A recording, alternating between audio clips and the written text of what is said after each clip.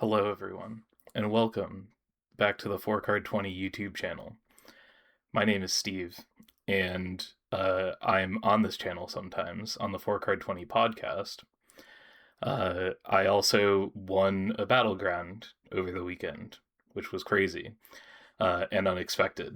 But I wanted to do a little video kind of like going through the weekend and some of my experiences and my thoughts and stuff about a little bit about the matchups, about the day, do a little story time. It's going to be a little rambly. I'm going to try to do it in just like one take. I'm going to try to uh, give insight when I can, but also keep jargon relatively to a minimum, or like do a little warning when I'm gonna talk to the Flesh and Blood players specifically, or the people that know what's up, because I want to be able to I want to be able to show this to people who don't necessarily know like a ton about our game, just because I think it's cool. And we're going to see how that goes. And if you are here to be on that journey with me, thank you.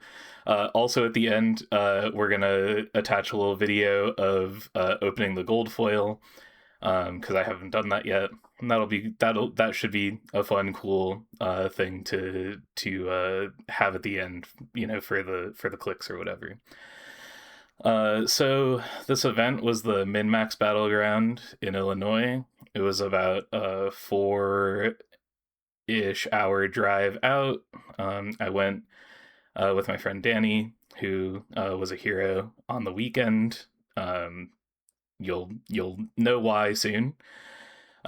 We stayed at the hotel we stayed at the hotel where the event was taking place. So it was like a really chill. We just kind of like drove out, got to like spend the night, wake up, have a really easy time getting breakfast like in the Starbucks lobby. Starbucks that was in the lobby of the hotel, and make our way over to the venue and play a tournament. It was a 6-round event with a cut to top 8, and it was pretty close to being 7. I don't remember the exact number of players off we were, but I feel like it was pretty close. Which, with the way tournament math works, unless you basically have 2 games to give. You can end the Swiss record, your end the Swiss rounds with 1 loss, and probably be in most likely. And then if you have a second loss, unless that loss was in like the last round, so your tiebreakers are really good, there's very little chance of you like making it into the top 8 cut. I went and I had 1 loss in the Swiss, and then didn't lose any more on the day. I'll talk about it when I get into like the round by round thing. I want to talk about my deck choice a little bit. I played Syndra. It's this cool dragon lady that is behind me here. I've been playing this deck since it came out. I've always been a ninja player. I played a lot of Katsu when I first got into the game. And then I got into the game right before Uprising, which is when Fi came out, and I really feel like Fi was the deck that I learned the game truly on. And then Syndra came out, and my favorite legendary in the game was Mask of Momentum, and Syndra is, I think, the best Mask of Momentum deck they'll ever make. And so I fell in love with her very quickly, and have played a bunch of different builds of her to varying degrees of success locally. But I've always loved her, and I will probably play her until she is gone. A little bit about my list. I'm gonna do a deck tech. It'll be on this channel in probably a couple of days, or it might be out right now, depending on when you're watching this, in a separate video, where I'll go way more in depth about like the specific card choices and why they are there and what they are used for. But just to give an idea of what the deck is doing for this video, it's an aggressive deck. You're looking to kill them very quickly. You have a card that says when you hit them 3 times in a row, draw a card. You have a special piece of equipment that lets you do that. And you have another piece of equipment that lets you kind of cheat that. I won't get into the specifics. If you're a Flesh and Blood player and you're here, like, you know how Syndra works. So what was particularly different about this deck? Nothing really. It wasn't a very special build. It wasn't doing anything super crazy or experimental. I built it for a very specific purpose, and it was if I could ever get a 5-card hand on my turn, as long as I wasn't like super low on life compared to my opponent or anything, the idea was I could no blocks them, have a 5-card hand, and as long as I had a 5-card hand and a fealty token, the deck won't brick. And that was kind of what I was building the deck to do. That was kind of what it was designed to do.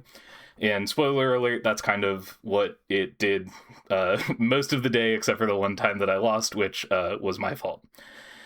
The outside of the game thing that I think is also really funny to point out, and a through line throughout this, is that when we got to the hotel, I realized that I had left my phone charger at home.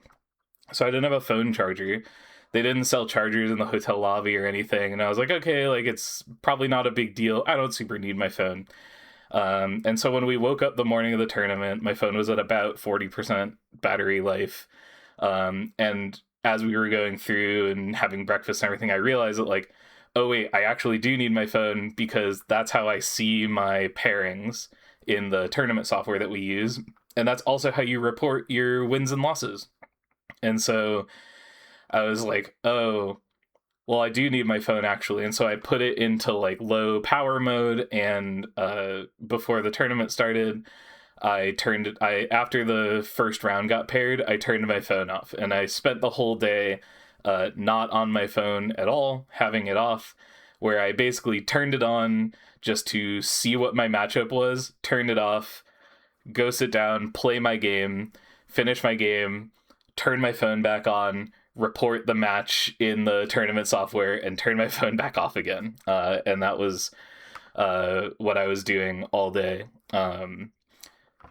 That was kind of stressful, kind of hard to like not be able to like do this thing that I was in the habit of, like checking my phone or putzing around on my phone in between rounds, but it worked out. So yeah, I'm gonna go through the rounds now. We got 6 rounds and then the top 8 to go through. Some of these are going to go pretty quick. Some of them might have some like particular, I might have some stuff to go through about a particular interaction or line that I thought was cool or interesting. And also, if I learned a lesson, like I try to learn a lesson from every game that I play, win or loss. And I am going to try to share some of that as well. All of my opponents were really cool and awesome. I don't remember everyone's names, and so I'm sorry if you guys are watching this. If we played, you know who you are, and all of you were awesome and super fun to play with. And I hope I get to meet you all again and play with you all, and you guys can get some revenge on me. Yeah, so round 1, I played against a Fang. This is the Syndra's Draconic Warrior brother. That is, I think, a pretty close matchup generally. He's also like an aggressive deck. He blocks a little bit better, and he has a little hoop that he needs to jump through of having 3 fealty tokens. But once he has his 3 fealty tokens, he basically becomes one of the best decks in the game just on pure rate, and he can just really blow you up. Unfortunately for my opponent in this first round, he never quite managed to get online, and he fell into a trap that I think a lot of people playing against Syndra tend to fall into, where they get really precious about not letting Syndra get any Mask of Momentum triggers. Again, sorry for the jargony talk for people who might be watching this that don't know the specifics about Flesh and Blood. But if you're the kind of deck that needs to put pressure on your opponents to win, and you are trying too hard to deny Syndra's mask triggers at a detriment to your pressure, if you do that for too long, Syndra will just win, because even though you're denying the mask triggers, Syndra still gets to like chip in for usually like somewhere between 1 to 4 damage every turn. Usually it's more closer to the 3 to 4 range. And if you are giving me too many cards while trying to block me and not able to send a reasonable amount of damage back, I'm just never going to block you, and I'm going to be able to send 5 cards every turn, which, like I said, when we were talking about the deck, this deck's win condition is get to a 5-card hand with a fealty token, and you'll just never brick, and you'll kill them. And that's basically exactly what happened in this first game. So that was the thing. That was fine. That was cool. It felt pretty good to like start a tournament off on a win. I get really bad tournament jitters, especially like pre-tournament jitters. And I usually lose my first rounds of tournaments, so it felt pretty good to get to start 1-0 for a change. So we did that, and then round 2, I got paired into Arachne Marionette, one of the best decks in the format. He's really powerful. He's got a lot of really intense disruptive tools, and he really punishes you for making the wrong decisions into him. And in this game, I made the wrong decisions into him, and I died because of it. I started off pretty strong with a good start. I used the Boots of Omnisword to stop their mark on their first turn, so they didn't get to flip into me for a couple of turns.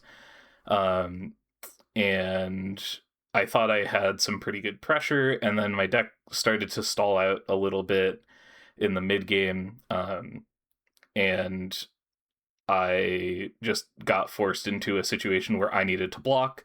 And when you are forced into a situation against Marionette where you need to block, usually they just kill you. And the first Tarantula Toxin they saw was the one that killed me.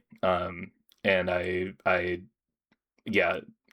really just kind of like reinforced for me to like, you really just got to put the pressure on Marionette, and you cannot let them play their game. You can't let them force you to play their game, because when Marionette is playing their game, they get to cheat at it, and we don't want that to happen, because we want to be able to play our game plan that lets us cheat, and then we get to win.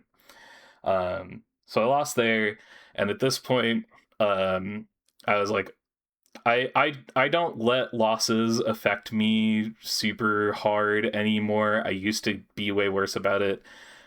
Now I go into tournaments with very little expectation, and I try to just like practice. Like, I treat it like practice, and I try to like take my losses and learn from them, and kind of not let it affect me as much as possible, because I've had a lot of wheels fall off of tournament runs where I like started doing pretty well and then lost and then got tilted and then lost because I was tilted. I think I could have won this marionette game if I made better decisions with arsenaling to make sure that I was minimizing my chances of drawing a bricky hand, because drawing a bricky hand was ultimately the thing that killed me. And I don't know if that's 100% a thing that would have saved me. I might have been dead no matter what, but either way, it's the thing to take to kind of take away from that. And so at this point, I was fairly certain, because I finished my games early. Syndra goes pretty quick. And so I was walking around the venue, kind of seeing, I was checking in on how the people I knew, my friends, were doing, and also just kind of looking around and seeing what kind of decks were around. And I saw a lot of Kasai. Kasai is a warrior hero that has gotten some support recently, and she's very good and very close to hitting Living Legend and rotating out of the game. It's also a very difficult matchup for Syndra, because they get to block really efficiently while also sending a lot of pressure at you. And that's the way that you kill Syndra, is by being able to block efficiently while still sending pressure. And so I saw a bunch of Kasais, and then I lost round 2, and I was like, all right, I feel pretty live to now at some point get paired into a Kasai and die, and then the tournament run is over, and that's fine. And I was kind of like resigned to that fate, so to speak. But while we were still here, we're gonna keep making a run of it. My friend Danny that I was there with, she was playing Betsy, and she also started off 1-1. I think she lost her first one and then won her second one. And so like we were both kind of like in it and still in like having a good time, in good spirits, all that. Round 3, I get paired into an Asilia, and Asilia is a lightning wizard. And the hardest thing about him, he's like one of the better decks in the format. And the thing that is weird about him is that he has a bunch of different ways that he can be built. He can be built to, play this attack called Gone in a Flash, and it's an attack that you can bounce back to your hand. So you get to play it. You have a turn where you get to play it a bunch of times in one turn by leveraging some really powerful equipment. And then there's also a build of him that doesn't do that and just plays a lot of arcane damage, which is damage that you can't block in the traditional sense, and you need to use specific pieces of equipment or cards to prevent it. And there's not really any way of knowing what version of Asilia you're playing against until you start the game and you see what equipment they present. And so that can be spooky, and there are a lot of decks that can really screw over.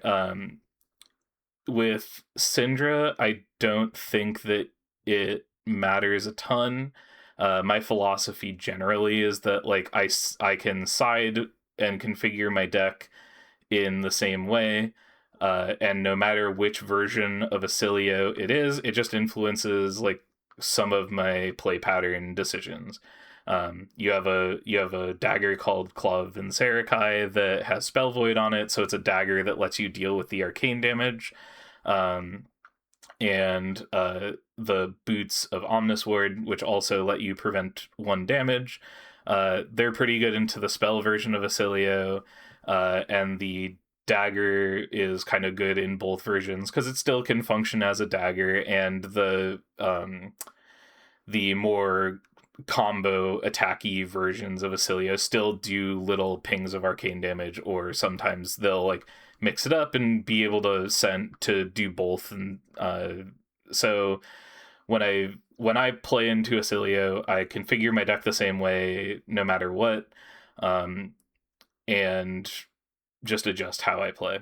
And so against this Asilio, I played Boots of Omnisword and my Claw, and I think my Claw prevented like I don't know, like at least 7 points of damage, if not more, over the course of the game. It was really powerful.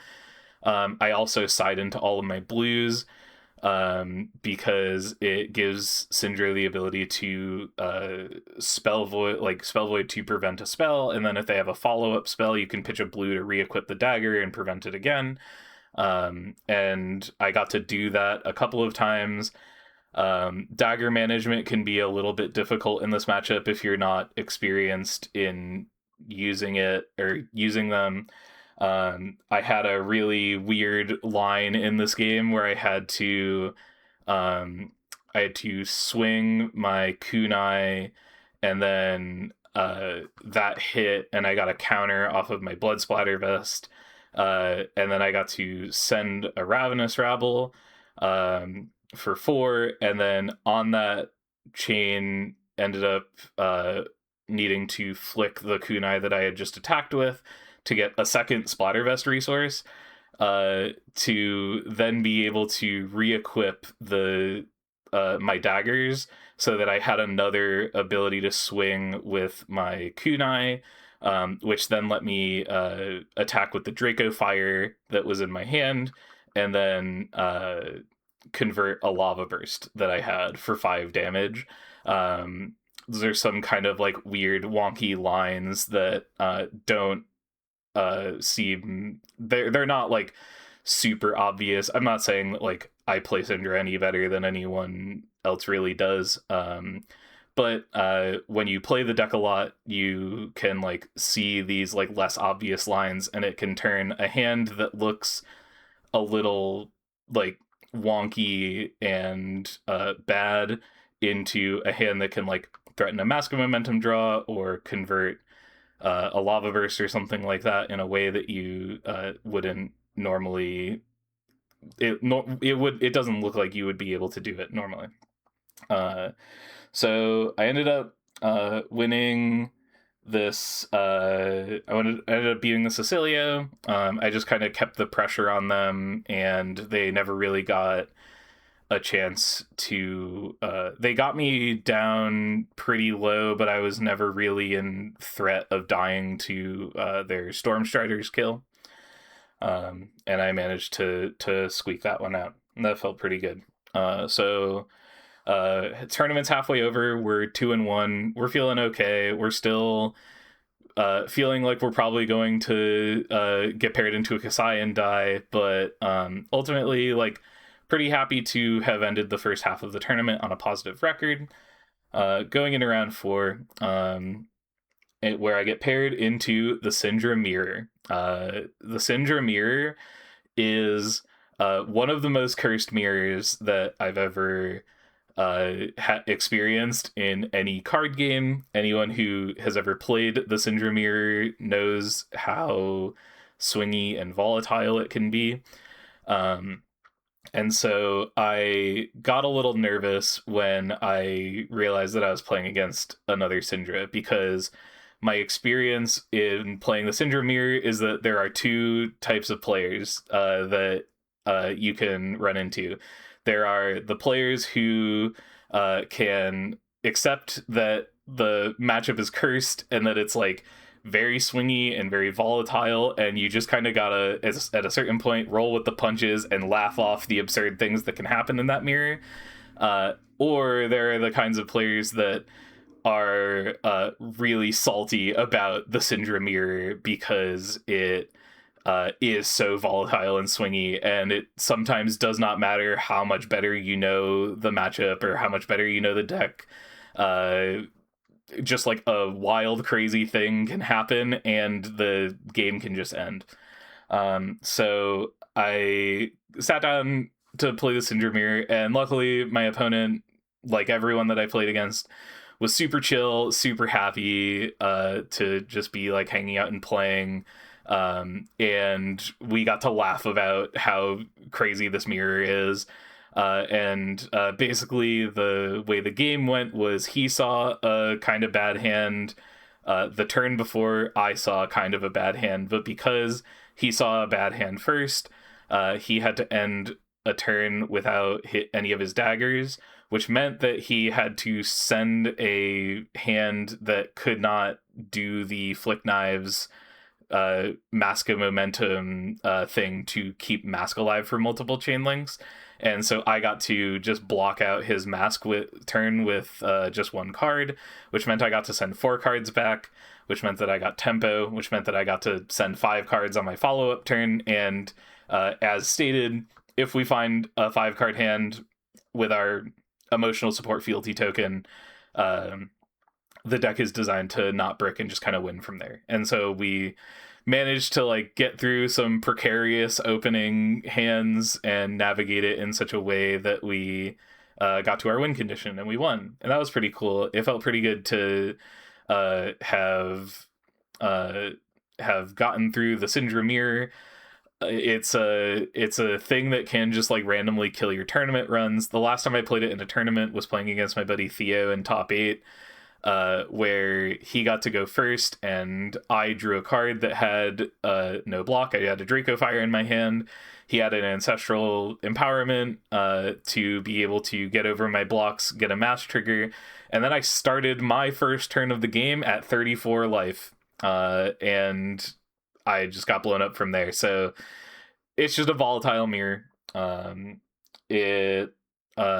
think the biggest thing that I have learned about playing the Syndra Mirror is if you have the opportunity to like go all in on like a really crazy looking line, you just got to do it. Sometimes it won't work out, but if it wasn't going to work out, then there was a pretty good chance that your opponent was going to find some crazy line that might work out for them.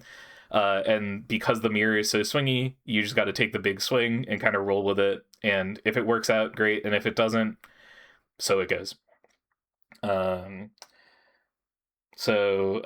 that was good. And then afterwards, we were talking about how both of us had lost to a Marionette at this point in the tournament. So we sat down and got to yap a lot about the Marionette matchup and what cards we bring in and what cards we like and what cards we don't. And that was really cool. It's always nice to find some camaraderie with like another player that knows your deck really well.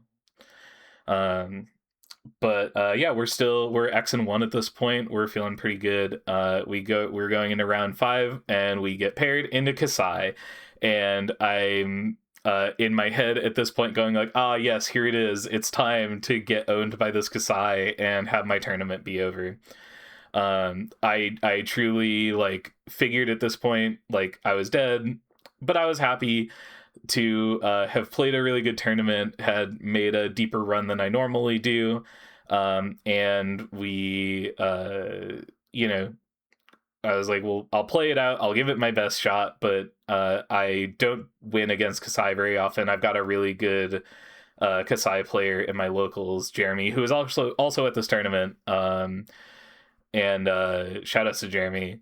Hope you're doing well. I was not hopeful. However, I sat down and I played the first couple of turns of this game, and I kind of like really quickly realized that this Kasai player doesn't know the Syndra matchup. Did not seem very practiced into it. And I was like, okay, that gives us a little bit of an angle that I don't normally have in that kind of a matchup, where he was taking a lot of really inefficient blocks to be able to stop the mass triggers from happening. And that ended up working out in my favor because there was a specific pivot turn that I think should have been his pivot turn to then be able to start pressuring me and like slowly win the game from there. This is going to be a little jargony for the Flesh and Blood players out there, but he tried to discard a Shelter of the Storm to prevent damage, but he did it in the reaction step instead of doing it before blocks. And when you do that in the reaction step, that means that I get to respond with Afflict Knives before the Shelter resolves, so I can still get a hit on that chain link that you are trying to use Shelter to prevent the damage on. I explained this to him after the game, and anyone who's listening that plays against a Syndra and has Shelter from the Storm in their deck, this is your PSA. Use it in the block step before reactions, so that you don't get owned by them being able to flick their kunais in response. And so since I was able to flick a kunai in response, he then needed to give me more cards to stop the Mask of Momentum, and then he, in a similar way to the Fang in round 1, got like really hung up on stopping me from ever drawing a card from Mask, and because of that was giving me the majority of his hand the entire game, and I was able to just kind of like ping him down and chip him down with flick knives and like leaking damage until I was able to set up a turn that went 6 chain links deep, and that got around his armor, his dynamos, and his armor blocks, and we managed to get the win. And that was pretty cool. So 5 rounds in, and we are 4-1, which is the best that I've ever done at something that's not like a Pro Quest or an RTN. So I'm feeling good, but I'm also feeling really nervous. But I was like, I kind of figured like we'll lock in, we'll do what we can to keep it rolling. Round 6, the final round of Swiss, I sit down and I get paired into a Gravy Bones, which, if you are watching this and you're not a Flesh and Blood player, doesn't sound like a real guy, but I promise you he's a real guy that you can play. You can play a pirate necromancer named Gravy Bones. This is the coolest game. This is generally a pretty good matchup for Syndra, because you get to hit the allies that they summon, and they can't block for them, so you get to get a lot of Mask of Momentum triggers and play a lot more hands that are able to go +1 on cards and just kind of like out card advantage them. And when I sat down against my Gravy opponent, who was a judge, I don't remember the guy's name. I'm so sorry. He's a judge. He doesn't get to play very often, but he was playing in this tournament. And I told him I was playing Syndra, and he jokingly congratulated me on my win, which, you know, we were kind of having a good bit of banter about it. But this was probably the hardest Gravy game I've ever played. I don't have a ton of experience in this matchup. There are some folks that played it for a little while locally, but we don't really have like a particular like Gravy specialist who comes to our locals, our armories very often. And so I just kind of have gotten by in this matchup with Syndra on the just like, in general, my matchup is good, and I know how to sequence my attacks and know when to attack allies and when not to. But this game was the hardest I've ever had to play against a Gravy, by a lot. They have a card called Fearless Confrontation, which basically gives your attacks -1 attack for like it gives 1 attack -1 when you discard it. And that's really spooky. When you're attacking their allies, sometimes they can make it so this attack that you thought was going to kill their ally doesn't actually kill their ally, and now you need to like invest another resource or cards in some sort of thing. You need to give them something else to actually kill that ally. And all 3 of the Fearless Confrontations that this Gravy was playing were absolutely insane in this matchup. One of them saved a Chum, another one saved a Sawbones, and another one prevented a Ancestral Empowerment from getting me a Mask of Momentum trigger. And that and my opponent just really kind of knew what he was doing, knew the matchup, and I managed to win, but it was super close. And we were talking about it afterwards, and he was saying that he feels like, even though the matchup gets like a bad rap from the Gravy side, he said he thinks that if the Syndra player knows what they're doing and the Gravy player knows what they're doing, that the matchup gets way closer. And after playing that game, I mean, I agree. That was way harder than I thought, and a thing that I need to keep in mind in the future is like I just need to like get some more reps into some better gravies to be able to understand that matchup better. So if you're watching this and you're a Gravy Bones player, like, hey, hit me up. We got to play some games. But I won that game, which meant that I ended the Swiss at 5-1, and I was locked for top 8. Which was pretty surreal, and it didn't quite hit me. Just as a reminder, at this point, like, my phone has been continually, like, all I do is turn it on to find my matchups and report, but it's still like it's getting to be like sub 10%, and so that's crazy. But I think it helped me like stay a little bit more locked in, that I didn't get to like check my phone in between rounds or anything like that, because I didn't want my phone to die. So I was in the top 8. My friend Danny, who I was with, got knocked out and dropped a round earlier. And so we were talking about it, and she was talking about wanting to go get food. And so she asked me what I wanted. She was going to this taco place, and I was like, just give me like a chicken quesadilla, because my stomach is like in knots and I'm really nervous. But just a basic chicken quesadilla is something that I felt like I could have and it wouldn't like mess me up too much. And so she was like, okay, I'm gonna go do that, and I had to go like do the top 8 photo and all of that, and we do the top 8 photo, and then I realized, like, wait, Danny's going to go out and get food. Maybe she can like hit up a gas station and get me a phone charger. And so I very quickly like turned my phone back on, and with like, 5% battery life left, I text her and I'm like, hey, if you can see a place to get me a phone charger, like, I'll pay you back for it, please, thank you. And she was like, yeah, totally, which was great. Again, Danny was a hero in this whole day. I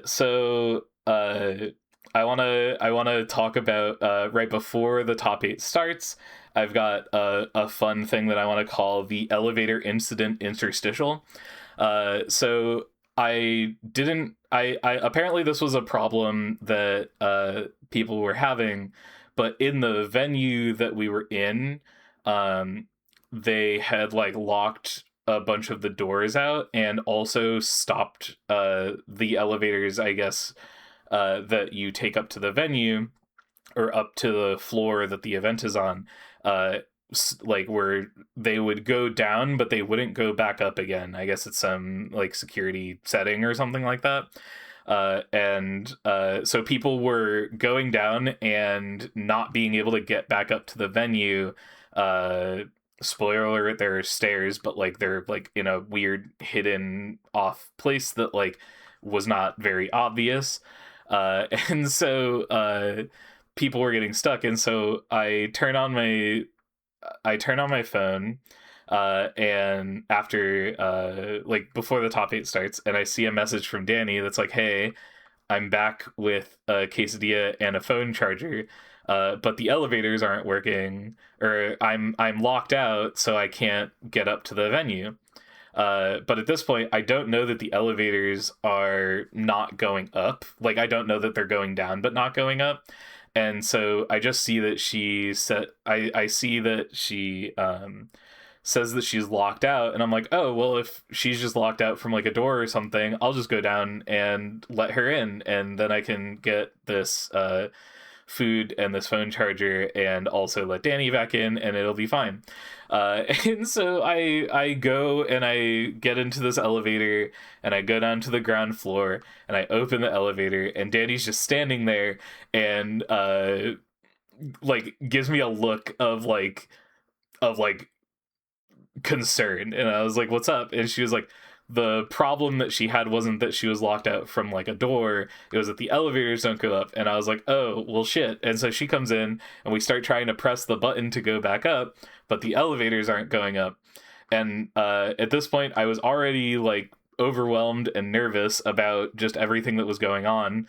And now I'm sitting here going like, damn, I just made this top 8 and I'm not going to be able to show up for my game because I'm stuck on the bottom level of this venue. And so we're trying to figure out what to do. And Danny again is a hero.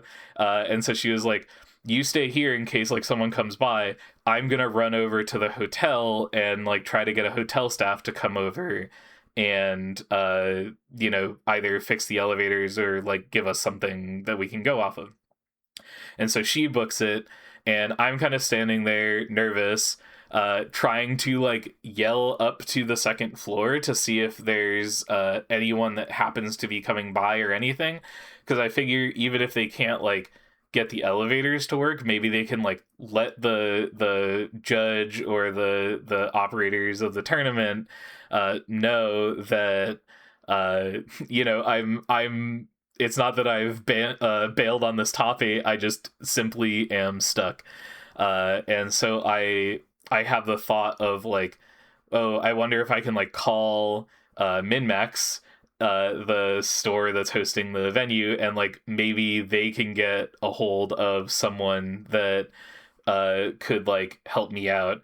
And so I I like turn my phone on, which is at like 3% now, and I look up the number for MinMax and I call them, and I'm just hoping desperately my phone doesn't die in the middle of like being on like this call.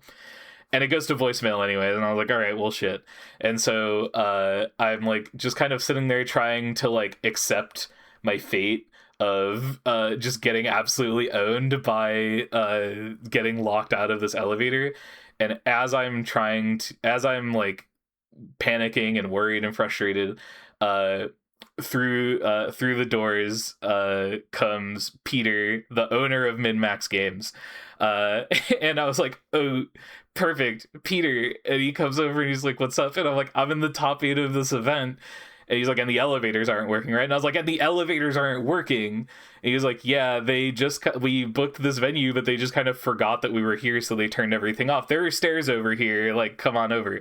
And so as I'm walking over with Peter, Danny's coming back with a hotel staff, and I like kind of make a motion to Danny, and I like point to Peter, and I point to where we're going to be like, yeah, there are stairs here. And so like we get back up to the to where the event is, like literally just in time for me to then, after all of that, not take a breath and go and sit down and play my top 8 games.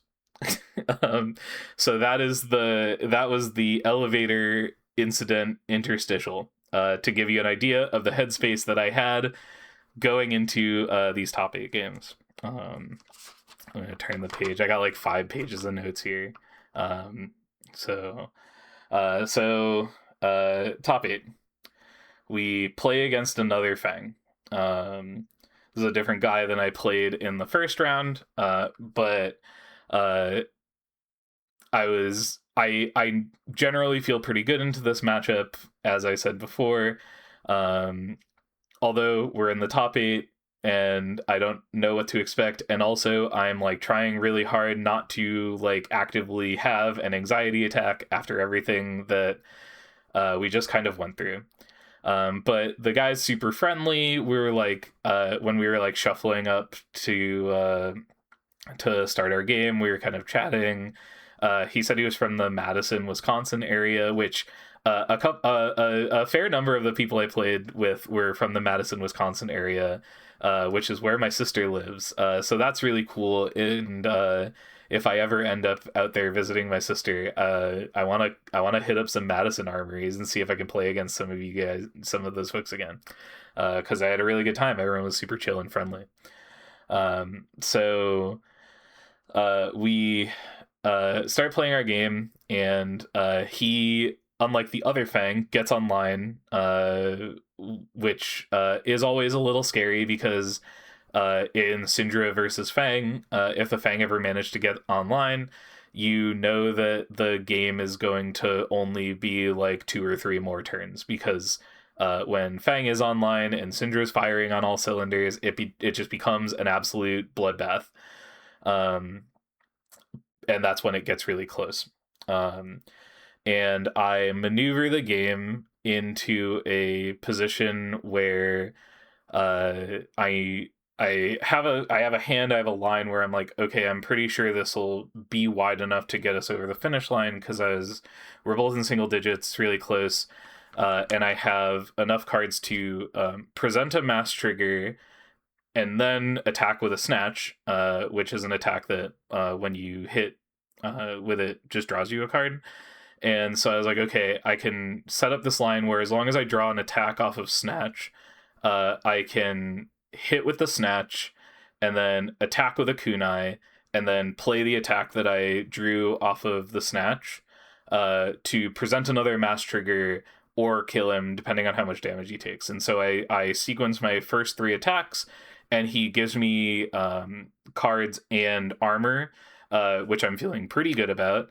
And then my plan is to make a Snatch Draconic with a fealty token, so that I can use my boots to give it go again, and then be able to execute my line that I just described.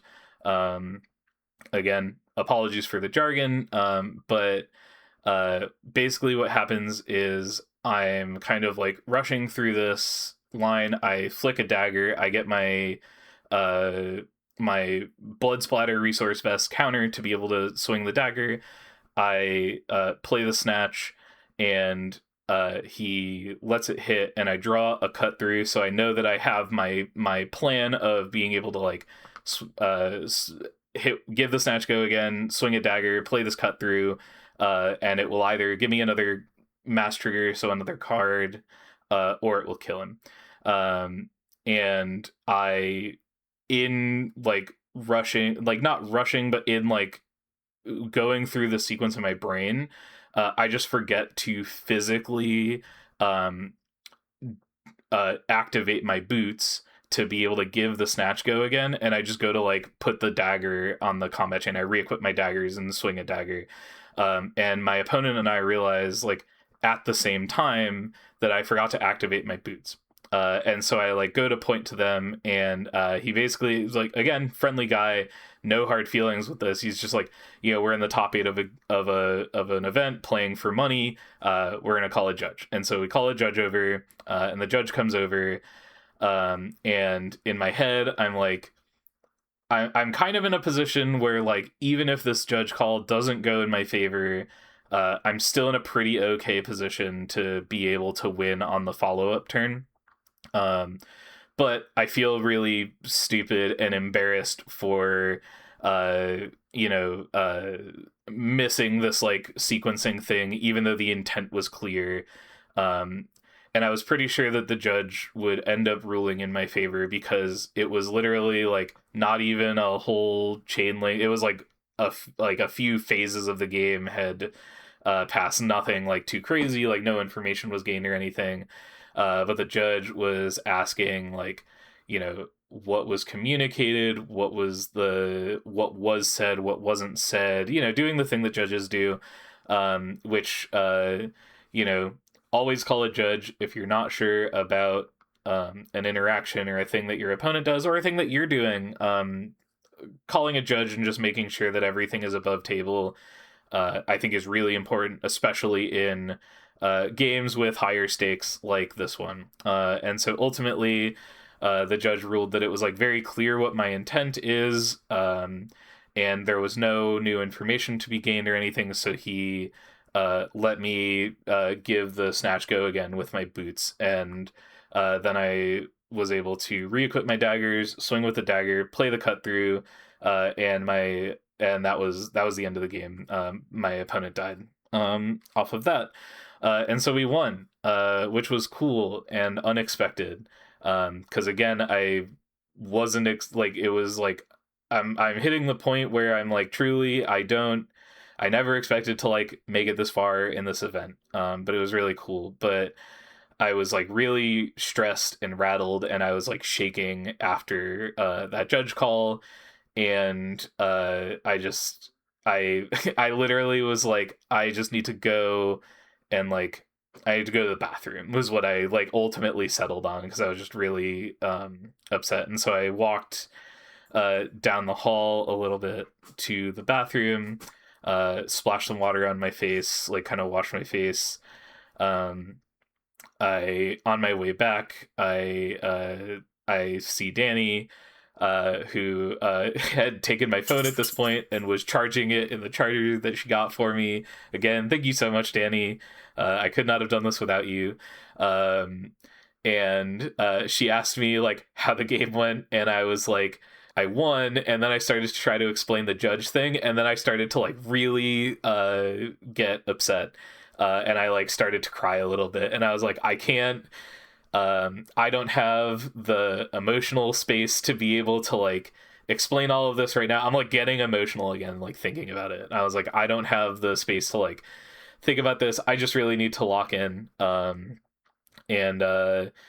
and try to win the rest of this thing, or die. And either way, at this point, I think I would have been happy either way. Again, like I wasn't intending to make it as far as I did, and I was like I'm really happy with the result. Everything else is just like uh gravy at this point, but not gravy bones the necromancer hero, the metaphorical gravy. And so I have to go in, and I go to play my top 4 game, where I get to play against a marionette. It's a different marionette than I played against at the start of the tournament. I'm realizing now, as I'm like looking over my notes and stuff, that it is really funny that my tournament started playing into a Fang and a marionette, and then in top 8 I played against a Fang and a marionette. How about them hunted heroes? But this guy, I like kind of have internalized my lessons from my loss, and I have a very similar game, but I just never really let off the gas, and I never gave him an opportunity to execute his game plan of like blocking, of forcing me to block. um I got ahead enough in life that anytime he was sending like a big spike of damage from like a dagger or anything like that, um I was just able to say like no blocks and just send my hand back at him, and I managed to do that until uh, I won the game. And this whole game felt, it felt very intense, because I didn't want to end up in a situation where like I made some sort of sequencing error that caused a judge to have to like come over and do that whole song and dance again. And so I was like, I I felt like it was almost like my brain kind of like like really honed in and focused on like only playing this game.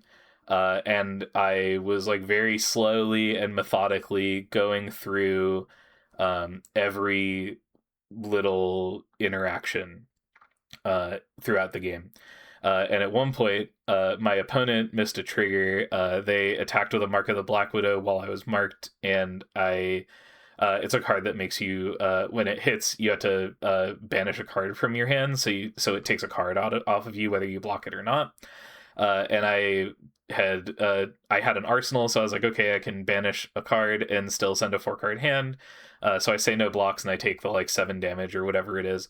And my opponent then goes and doesn't announce the trigger and attacks with their next attack, which is a dagger attack. And at this point in my head, I I'm like, I don't know what is going to happen with this Black Widow trigger, this Mark of the Black Widow trigger that my opponent missed. But I don't want to end up in a situation where like one of us gets in trouble because he like realizes it and tries to like take it back or anything. And so the judge, who happened to be like watching our game at the time, is sitting right there. And so I just ask him, I'm like, hey, like, my opponent didn't announce their Mark of the Black Widow banish. What do we do about that? And my opponent like kind of realizes it and is like, oh shit. And the judge is basically like, well, uh, you're under no, he basically said like you're under no obligation to remember your opponent's triggers for them. So if you hadn't said anything, then nothing would had to be done. But since you did say something, now we have to do something about it. And he basically it was basically like we could just, because it was soon enough after it, that we could just put the trigger on the stack and I could just resolve it to banish a card from my hand. And so he was like, good sportsmanship, but you didn't have to do that. And I was like, well, okay, that's fine. I'd rather have won the game knowing that I didn't win by recognizing that my opponent missed a trigger or whatever. I'd rather have like won or lost with the game being played as face up as possible. But I did go on to win that game, which was cool and good. And now I'm in the finals, which is also just a wild thing. And also they're going to be on stream, which I hadn't been on stream all day. I was like, even though I was doing well, I wasn't really doing well enough that any of my tables got selected for a feature match. And I've only been on camera once ever before, but it was at like a not like a bigger event like this. But I did my best to not think about that and think about the fact that there would be a bunch of people watching me and commentators commentating and all of that. I was just like, I'm just gonna go and try to play this game. So I go out, and Danny is still sitting with my phone, letting it charge. And I sit down and I'm like, I'm gonna, I guess, eat a little bit of this quesadilla because I haven't had anything but the trail mix that was in my bag all day. And so I sit down and I take a bite of this quesadilla, and it's delicious. But I realize at that point, like, how knotted my stomach is and how anxious I am. So I decide I'm going to force down like 1/4 of this quesadilla just to have some calories in me, and then I'll eat the rest of it after this finals, no matter how it goes, and that'll be fine. And I know that I'm playing against an Acilio in the finals, and he had been on camera. So what that meant was we could kind of go and look at his earlier games to kind of like get an idea of what type of Acilio he was. And so we used Danny's phone, and we quickly kind of like scrubbed to a bit of the VOD of the event of like him playing, and couldn't quite, from the little bit that we watched, like tell conclusively what it was, but we could see that his chest and his boots equipment were both destroyed, which is usually an indicator that it's the Gone in a Flash combo version of Acilio, the attacky version of Acilio, and not the version that I had played against earlier. And so I couldn't say with certainty, but I was like pretty sure that's what it was. And then since he was the higher seed, because he was at this point undefeated on the day, so he got to pick whether to go first or second, and he chose to go second, which was like the even more dead giveaway, because if he was playing the arcane version of Acilio, I think the correct thing for him would have been to choose to go first, because he could send a bunch of arcane damage at me and make me start down a bunch of life. But since he chose to go second, I was like, okay, you're planning on attacking me with like actual attacks. And so I was chatting with him before the start, before we were waiting for like the stream to tell us that we were okay to start. And I was like, yeah, like I wasn't sure exactly what version you were on, and then you chose to go second, and he was like, oh yeah, that makes sense. And so I make one slight change to my loadout, because like I said, when I was talking about Acilio before, I like to side in the same kind. I have the same kind of plan in terms of what cards I bring in either way. I made one slight change though, because I knew he was this attacky version of Acilio.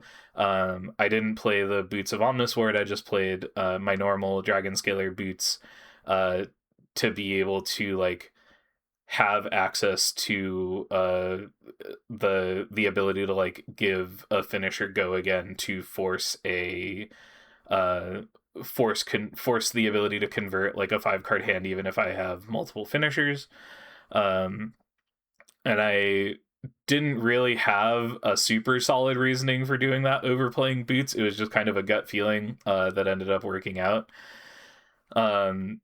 And then the finals, the game is on stream, and it's a really intense game. I'm gonna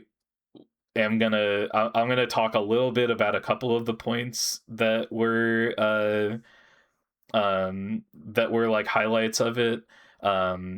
If folks are interested, I would be down to do like a whole VOD review of it since it's on stream, and be able to talk a little bit more about it. But I think it might be one of the best games of Flesh and Blood I've ever played. The main thing that it felt really how do I put it, like I I don't know. I had the first couple of hands of the game were just real clunkers for me.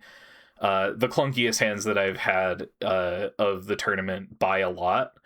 I was seeing a lot of cards that don't let me really convert my whole hand, which is almost always a death sentence when you're playing this kind of aggressive matchup, because it lets, like, if you don't ever really have the chance to like put the gas on and let the gas and like stay on the gas, you can just die. And so I had to take some really strange lines to be able to convert my hand, and I had to block with 2 of the cards in my hand just to like save a little bit of life. But I managed to save a little bit of life, send 6 damage on the 2-card 6, which if you're a Flesh and Blood player, you know how mediocre that is, and like establish an arsenal. And then I was in a situation where I had 2 snatches in my hand, which didn't have any go again, so it was like another hand that I couldn't convert on offense as well, which was tough. But I ended up finding a way to pitch one of the snatches and arsenal the other one. And at that point, when I had the snatch and arsenal, and I had, I think, 1 or 2 fealty tokens, and I was able to draw up a hand, and the hand converted, and it didn't have any finishers except for the snatch that was in my arsenal, and I was like, okay, like, we can start playing the game now. And play the game I did. We just got to like take most of his hand every turn. He was a Gone in a Flash combo deck. Like I said, he didn't see any of the card Gone in a Flash for the first several turns of the game, which if he did, could absolutely have made this go the other way. Because if he had gotten a good combo off on me while I was stumbling, I'm pretty sure the game would have like functionally ended on the spot. But he didn't, and we managed to play through our variants and put ourselves in a spot where we could just start swinging our whole hand. And at one point, he was still at 19, and I went down to 9, which is a really scary prospect, because there are a lot of ways that an Acilio deck can just like kind of kill you from 9. but I knew that I had a good four cards. After going to 9, I drew up and I was like, okay, I have a functional four cards. I forget what exactly was in my arsenal at this point. It might have still been the same snatch. But I had that, and I had some fealty tokens, and I trusted that uh, from this position, I was going to be able to threaten lethal if he didn't do anything about it. Because I was able to threaten at least 20 damage with those 5 cards. And I knew I was going to be able to do that for the rest of the game, so he was never going to be able to get a full, like, convert a full hand offensively at me for the rest of the game. And it was still kind of nerve-wracking because there are some very crazy, powerful lines that Acilio can find, and my opponent Gabriel was a very good Acilio player. He had a couple of lines that I had never really uh, experienced playing against before, um, but it ended up working out in my favor, uh, and I won. Again, just like absolutely wild. I'm not usually one to like show a lot of emotion. I have a generally a pretty flat affect a lot of the time, and so when I won, my friend Danny came up and like gave me a big hug and was like really excited, which was really good because I'm not one to display that kind of excitement, so I'm glad that I had my friend there to do that for me. Um, and yeah, it was really crazy. Uh, we talked, Gabriel and I talked a little bit about the game afterwards. I got my prizing, and then we started driving home and started the 4-hour drive home, um, significantly later than initially we thought we would. Um, I got to look at my phone for the first time basically all day, and I had a bunch of messages from a bunch of my locals and my friends, which felt very surreal and kind and nice.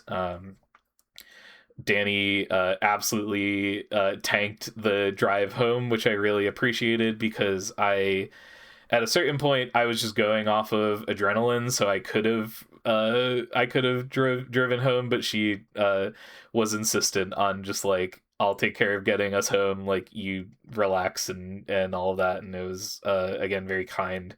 I had to finish my quesadilla on the drive home, and that was that. It was a really cool surreal experience, um, and yeah, it was cool. I have a couple of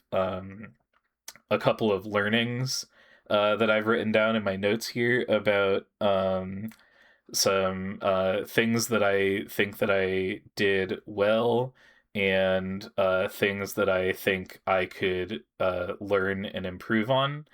Um, I'm just gonna go through those a little bit because I know that we're probably already going long. I don't actually know how long this has been.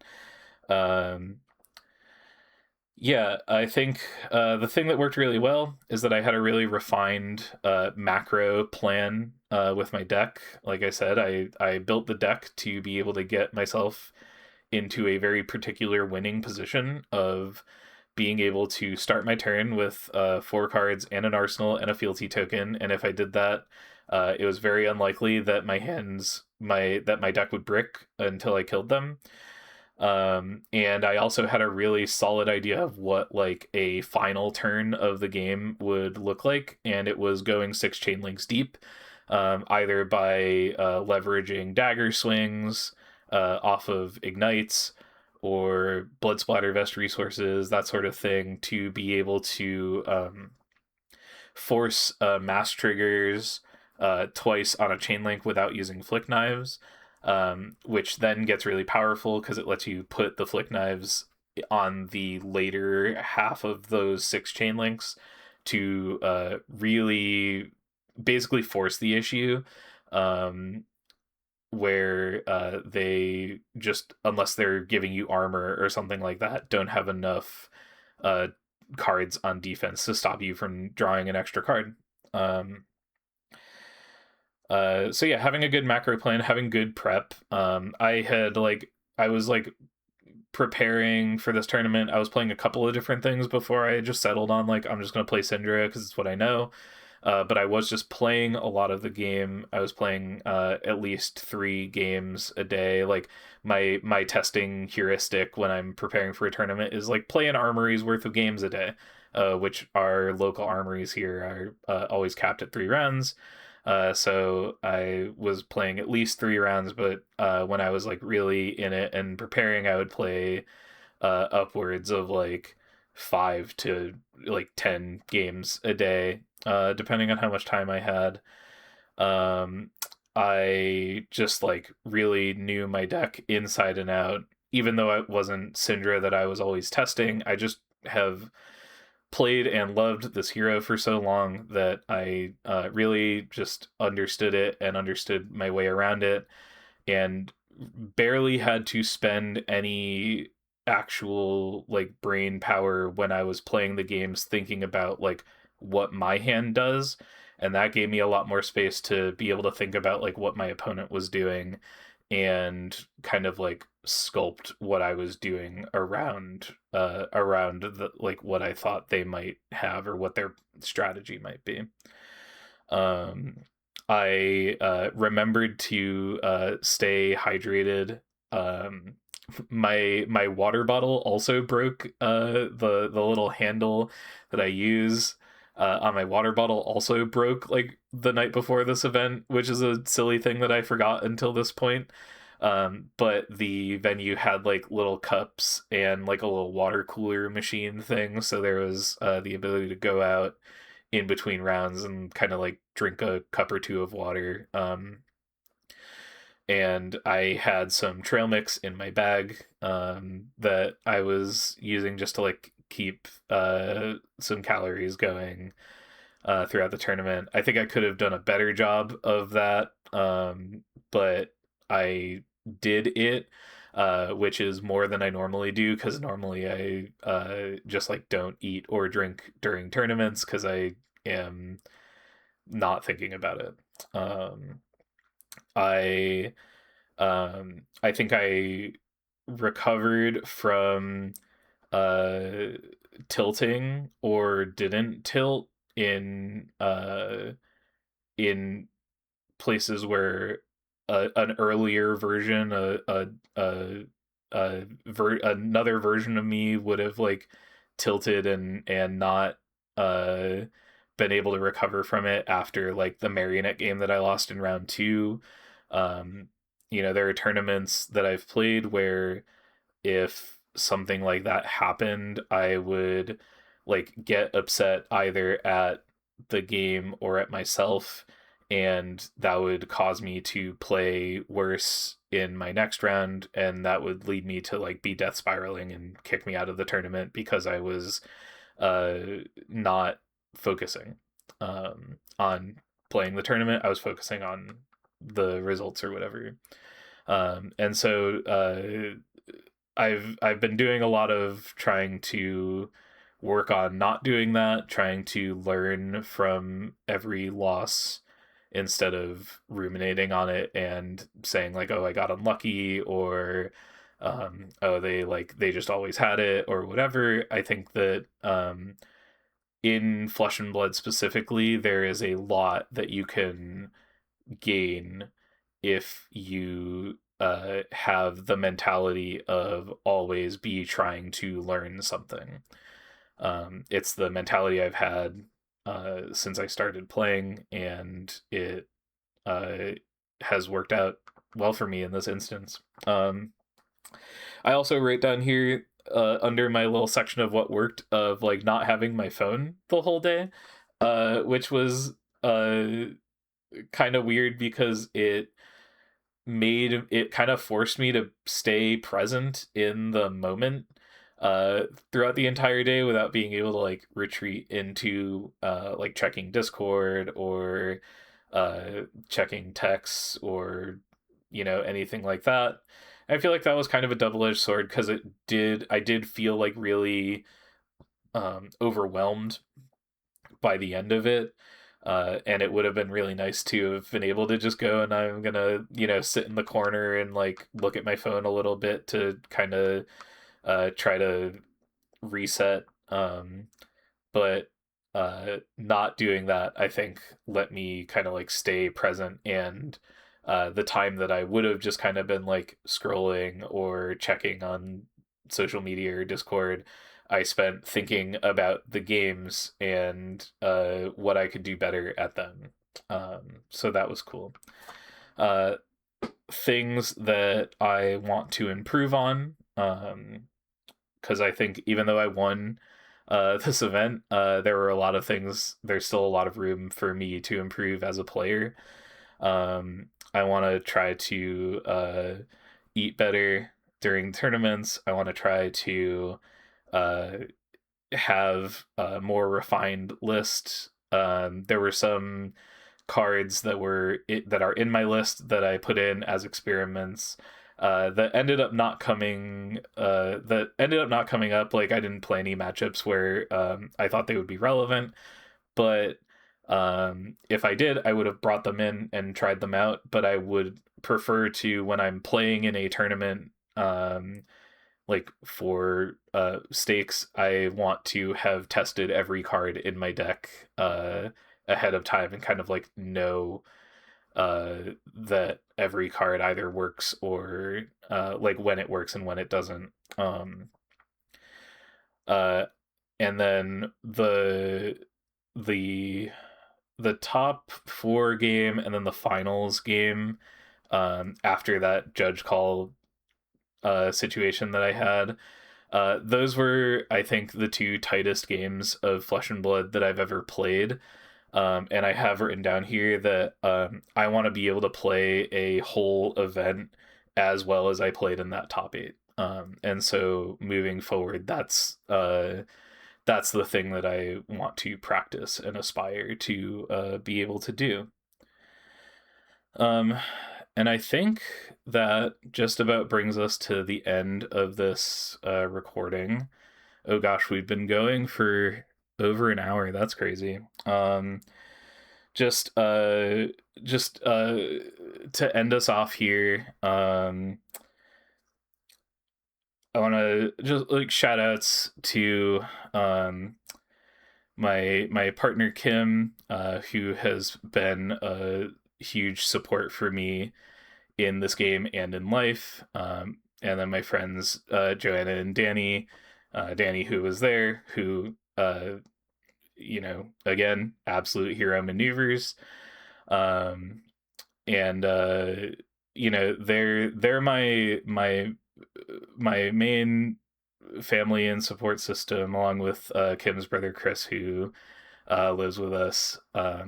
They are the ones that keep me able to keep doing the things that I'm doing and are super supportive. And I don't know where I'd be without all of them.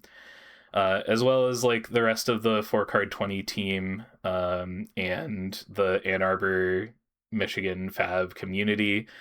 This community means a lot to me. I lost my job at the start of the year, and part of what stopped me from kind of falling apart was having the support not just of like my immediate friends and family, but of the entire Fab community kind of like all coming together.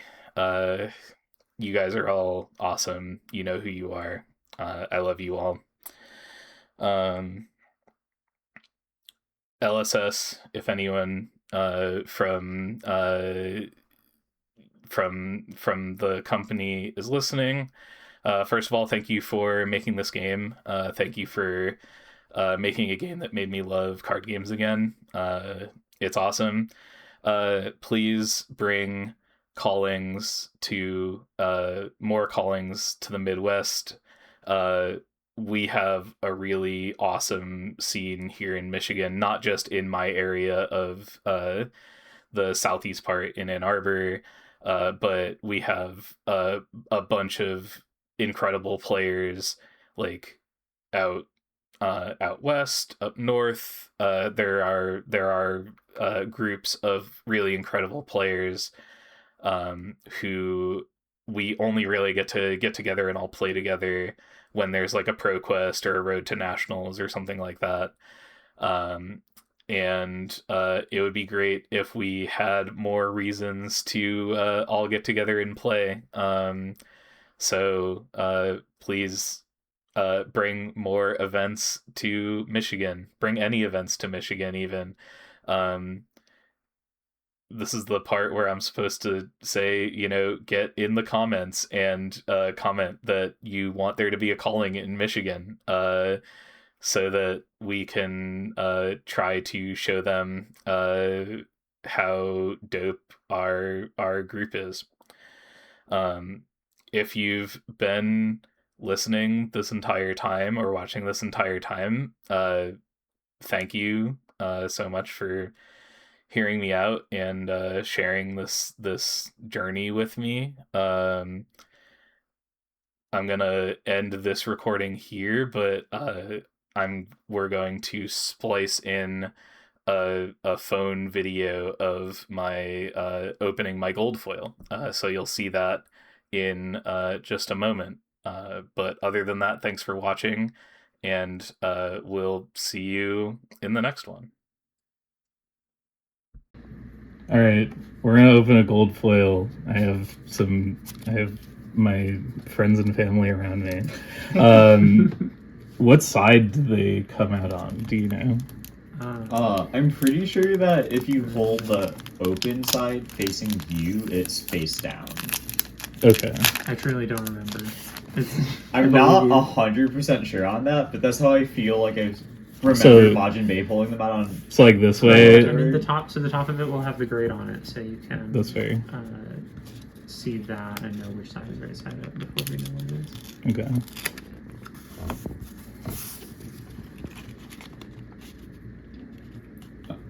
Is that the wrong side? I can't tell. That's the front. Okay. So we'll do it this way. I was wrong. Oh, nope, it wasn't. Oh, never mind. That's what. Oh, shit! That's pretty good. Head of the Draconic Dojo. Hey, so I'm gonna play Fang on Wednesday. Yes! Yes! Holy shit. That's crazy. That's so funny. All right.